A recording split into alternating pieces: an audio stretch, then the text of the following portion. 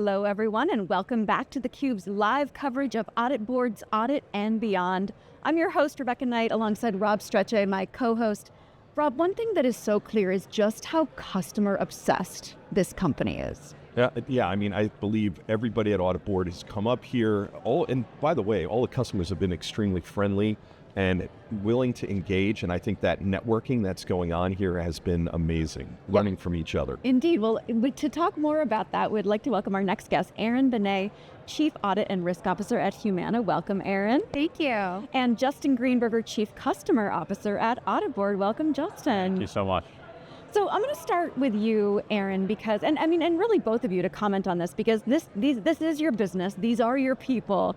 You have witnessed tremendous change, geopolitical risks, emerging technologies, including AI. Erin, what has changed most about how you approach risk today than when you started in 2018? I think it's really, if I think back over the course of my career in audit and risk, we used to be as auditors more compliance focused, financial audit, trying to get, I'll call it behind the news versus in front of the news. And so with emerging technology, AI, obviously lots of additional risk out there, it's important to be in front of it. So from a difference of what actually happened to what actually could happen and trying to get ahead of what that could be. The other thing I think, so more from a relationship perspective, the importance and the growth of having internal audit, risk, and the business all connected versus internal audit and risk, mindset or compliance type mindset of, checking to see and make sure people are doing things the right way. Having that relationship to be more of a business advisor is actually where we should be in this career path now, which is largely driven by data and technology as well, because we're able to see things sooner and react quicker to get back to that, what could actually happen as well. And Justin, I think, again, being the Chief Customer Officer for AuditBoard, you're out talking across industries with many different customers. Where do you see customers really getting the value out of AuditBoard's platform today, and from a connected risk perspective? Yeah, absolutely. Well, first of all, I just want to comment on how amazing it is to be with all of our customers. Over 12,000 plus of my closest friends virtually and with us today. I think when I'm on the road talking to customers, and whether it's at a conference today, I think the value of connected risk is truly the collaboration across lines. Being able to dynamically understand risk, be able to collaborate together to protect the company, but also using it as an accelerant. Like, how do we grow companies using this as a strategic advantage? And so we see companies getting extremely quick time to value, within 6 months, really understanding, hey, we already got a return on our investment because, AuditBoard was a strategic partner with us and got us to value quickly. And then we see other customers, being able to save, a couple $100,000 just based on insourcing versus outsourcing because we've given them a strategic tool. So our teams always like to say our job is to make it simple for customers to get value, period. And that's really our whole job. Erin, I want to go back to something that you were talking about in terms of really bringing risk and audit as part of the business and having it then be an engine for growth and a real accelerant, as you were saying, Justin. So how do you get that to happen? Because, a lot of it is the building of relationships and making sure that people are collaborating with each other. And yet companies are often large and bureaucratic organizations, and there are silos. So can you talk about some best practices that you've observed in terms of how to get that to actually happen in practice? I think it does come back to relationships, but the tools as well, as Justin was talking about, where, having that ability to really get ahead of things and be proactive and showcase and have a sense and a pulse on where we should be. That coupled with those relationships and showing, hey, we actually can provide value and we can showcase if they have a problem, right? Coming in and being with them as part of helping them advance and advising them as part of that process, I think really goes a long way. And you do enough of that, they start to see and they start to pick up the phone and say, oh, I want audit and risk to be part of this. And it just becomes a great relationship and a path forward there. Yeah, I can't agree more. Having been in data center management way back in the day, and anytime I would get something from the SEC or something like that. It was a financial services company. I'm like, hey, this would be a great time for my friends from audit and compliance to be, and audit and risk to be part of this. But when you look at it, the playing field changes so often in technology. And right now we're at this inflection point with AI, and your company has to be going through this where AI is springing up all over the place, and how you're trying to help them manage the potential risk of that. Do you see this as one of those things that you're really balancing that risk with the innovation, and how do you handle that? Yes. So obviously, everybody's using AI. We all should be using AI. As leaders, we should be helping, engage our teams and helping them learn to grow and see the value of AI, whether that is audit risk or a business related role. But taking that a step further to the balancing from a risk side perspective, governance is key there. Having the appropriate controls, having the appropriate governance in place to make sure we're making the right decisions, we're documenting things appropriately, we have enough, guardrails, if you will, over where we should. Those are all very important things. So it's a balancing act between doing the innovation, but having the right level of governance in place as well. Justin, I want to ask you about this idea of the connected risk platform, which can sound abstract. Can you talk a little bit about the aha moment that you have seen when customers realize that there really is tangible impact, whether it's better savings or more visibility or strategic alignment? Talk a little bit about what you've seen. Yeah, I think a lot of it relies on, and we talked a little about before, around the collaboration. So coming to a common data definition around like a risk hierarchy or entity hierarchy. What that allows for our platform to help accelerate is really have that serve as a data core and have everything run off of that for value. So when you think about issue remediation, when you think about how are we planning for next year, if all those elements are together, we're kind of the virtual collaboration platform for risk. And so having that collaboration within a system is beneficial to all of our customers, given that things can move fast. And so we unveiled a bunch of things today around how do you do scenario planning and all of that. When you're all working in the same core, the same system, it allows us to connect those risk dots a lot clearer and cleaner. And that's where a lot of our customers see value. So Erin, I think one of the things we were talking before we got on here, and one of the things is as you look out, there are a lot of tools out there.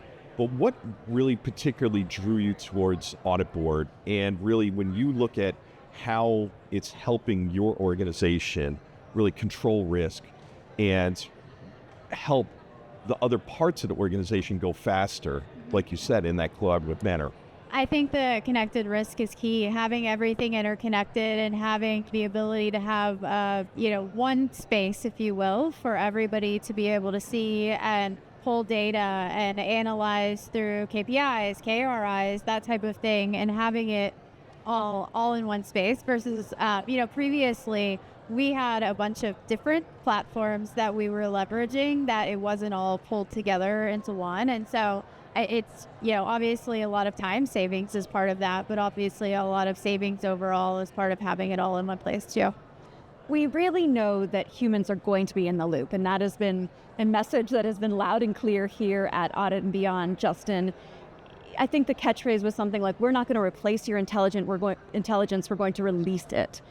And the idea is that we're going to take away the toil, the mundane, the boring, the repetitive tasks, and allow risk and audit people to focus on these higher value ideas and strategy and vision. What are those things? Yeah. What can they be doing now? Well, I think there was something said earlier today in one of our keynotes where the participants said, we got to look out for controls that we spend too much money on. Like, not everything is created equal. And so I think having an understanding of what that balance is and what are things you need to control more versus less.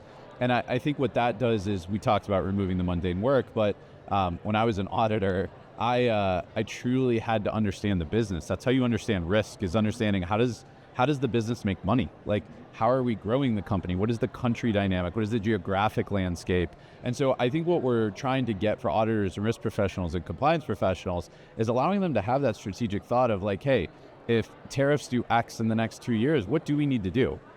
If we're going to go to this new country, this new region, this new area, what do we need to get prepared for? And so I think having that ability to be proactive, be strategic, I think should be exciting to hopefully all these professionals of, it's not just pull Excel sheet, do this, enter this risk, enter this control. It's how do I think about our global expansion as a company? And that's where we see the benefit to all the professionals that are using the tool today. Even the entry-level folks, because this is my question for you. Is that, the entry, when you were starting out as an auditor, you were doing that boring work. And now that AI can take care of that, what are the entry-level people doing? Well, I think what's interesting is that we talk about entry-level people, and we're paying a lot of these entry-level people a lot of money, and they have undergraduate degrees, and we're putting them on these manual tasks, and that's kind of backwards if you really think about it. And so I think even at the entry level, when you're auditing, an account reconciliation, there's strategic work there. What accounts are flowing in here? How do I go deeper? How do I go to substantive? How do I do more of these deeper things? And I think that goes across all of entry-level work as well. And so we really do mean it when we mean like human in the loop, and like human intelligence matters a lot, because I think we'll get a more holistic approach to risk by allowing people to do that. And in some ways, the entry-level folks will be tasked with even higher level work than they had been in the past. Absolutely, absolutely. Yeah, I was going to, Erin, being just because we had somebody you knew on earlier today, Jan, with GE Aerospace, and we were talking with her,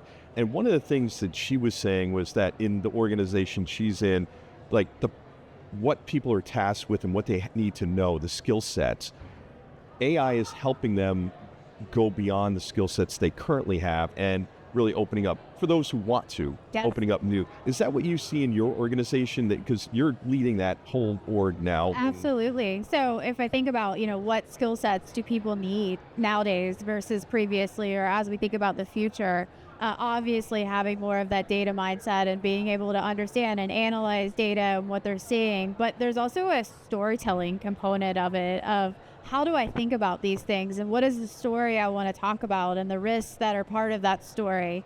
And then there's the aspect of it that relationships are very key, right? So if you have the data, you have the storytelling ability to understand and analyze, having that relationship truly makes you that well-rounded business advisor versus the gotcha auditor of the past. Well, it's a real right brain, left brain kind of thing with like the humanities on one side and then the engineering side on the other. Absolutely, yes. Yeah. So we're in the fourth quarter now, we're heading into 2026. Both of you, I'm interested in your perspectives on what will separate the good risk and audit groups from the great ones in this moment that we are all enduring with so much change. For me, I think it's things that we've touched on, right? It's being able to have the right technology in place, being able to analyze the data properly to get ahead of things, not behind things, be more, proactive, extremely proactive in comparison to reactive. And, being able to teach our teams to do that as well. I think that's really key, right? If we have the technology in place and we have the data in place, we got to teach our people differently to really be able to react to that data in this ever-changing world that we're in. So training and upskilling. Absolutely. Yeah. How about you, Justin? Yeah, I'd agree with a lot of what we said before. I'd say the big thing is and AuditBoard published, a maturity model. And when we see customers at the far end of the maturity model, we see a truly collaborative environment. And we talk a lot about the technology, the tool, but I think the risk professionals, the audit professionals who start with collaboration will go a long way. And they can leverage the technology, they can leverage AuditBoard, they can leverage generative AI. But starting with collaboration and how they have the emotional intelligence to relate to risk professionals if they're an audit, or compliance professionals or CISOs or whatever it might be. And so I think as we think about skill sets, and there's been a lot of work published on when we have AI and automation, there's going to be more placed on emotional intelligence and strategic thought and all that. So I think the groups that have already started that collaboration and have committees around this and all that, we see at the far end of the maturity curve. So Erin, kind of bringing it back around for organizations who are out there saying, AuditBoard's got a lot of customers, but they don't have everybody, right? And there's other areas in the world that they're going into. We were talking to Raul about that earlier on. What is your advice for them as they look at AuditBoard and a platform like this, and how does that help them with the processes they already have in place to leverage and go faster?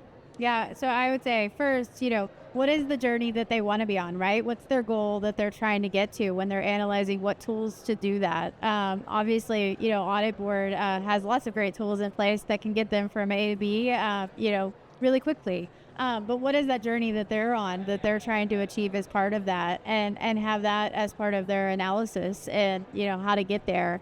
But being able to have it, like we've talked about, from a connected perspective, having it all in one place and being able to see the full picture is really key and vital to the organization's success from a risk and audit lens perspective, and really overall from a process perspective. Well, Erin and Justin, thank you both so much for coming on theCUBE. A really terrific conversation. Absolutely, thank you.